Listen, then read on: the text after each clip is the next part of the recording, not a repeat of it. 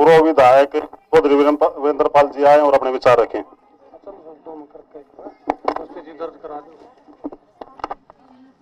बहुत ही सम्मान के योग्य हमारे यशस्वी मुख्यमंत्री जी के छोटे भाई और बहुत ही सुशील और कर्मठ साथ आए हुए पार्टी के सभी बहुत कर्मठ निष्ठावान और इस चुनाव अभियान को आगे बढ़ाने वाले मेरे सभी प्रिय साथियों, गांव बंबेवा के मेरे बहुत ही सम्मानित बुजुर्गों, नौजवान साथियों, माताओं, बहनों और प्यारे बच्चों, एक एक का नाम लेने में बहुत टाइम लग जाता। सारे भाई बहुत ही सम्मानित हैं, सबका हाथ जोड़ के सम्मान करता हूं, महसूस मत करना। मैं आप लोगों को केवल चंद एक बातें बताना चाहता हूं। सबसे बड़ी बात तो ये है कि ये हरियाणा प्रदेश बनने से पहले देश को आजाद कराने में जिन लोगों का योगदान था वो सारे कांग्रेस पार्टी के नेता थे और हरियाणा प्रदेश में सबसे अग्रणी भाई दीपेंद्र हुड्डा के दादाजी चौधरी रणबीर सिंह हुड्डा थे, जिन्होंने इस देश को आजाद कराने के लिए अनेकों बार जेल में भी यातनाएं सहने का काम किया।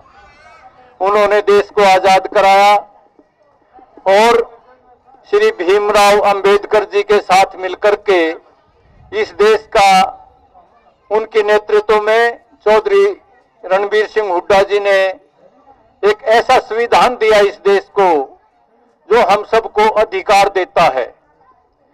और आज की ये सरकार जो है वो ऐसी सरकार है, वो आपके सारे के सारे अधिकार जो संविधान के तहत बाबा भीमराव अंबेडकर जी ने, चौधरी रणबीर सिंह जी ने आपको दिए थे, उनको समाप्त करने जा रही है। मैं आप लोगों से ये प्रार्थना करूंगा कि इन बातों को सोचो। उनके बाद चौधरी भूपेंद्र सिंह हुड्डा, भाई दीपेंद्र सिंह हुड्डा जी हैं। हरियाणा प्रदेश के मुख्यमंत्री बहुत हुए हैं, उनके बेटे भी एमपी और एमएलए बने हैं, लेकिन हरियाणा में केवल एक ही मुख्यमंत्री और उनका बेटा हुए हैं, जिन्होंने दोनों ने मिलकर के और केंद्र में जाकर के एक एक मंत्री से प्रार्थना करके हरियाणा प्रदेश के विकास के लिए रोजाना नए नए प्रोजेक्ट लाने का काम किया। भाई दीपेंद्र हुड्डा हर मंत्री के पास जाता था और कहता था कि देश में हरियाणा प्रदेश से जो मदद की उम्मीद आप रखते हो, जो हमारे से एक्सपेक्ट करते हो, वो आपकी हर सहायता करेंगे, लेकिन हमारे प्रदेश के अंदर आप प्रोजेक्ट दो, हमारे प्रदेश का विकास करो। और यही कारण था, उनकी नीयत काम करने की थी, छत्तीस बिरादरी के भाइयों का विकास करने की नीयत थी, तभी वो ज्यादा से ज्यादा प्रोजेक्ट ला पाए थे और तभी हरियाणा प्रदेश तरक्की के रास्ते पे आगे बढ़ा था। बहुत सारे क्षेत्रों में हरियाणा प्रदेश नंबर 1 हो गया था। दूसरी बात सिर्फ यही है कि भाई दीपेंद्र चौथी बार, 4 बार तो एमपी रह चुके। पूरे देश के अंदर केवल 5% एमपी होंगे, 545 में से 20-25 ऐसे एमपी होंगे जो 5वीं बार लोकसभा के अंदर जाने का काम कर रहे हैं।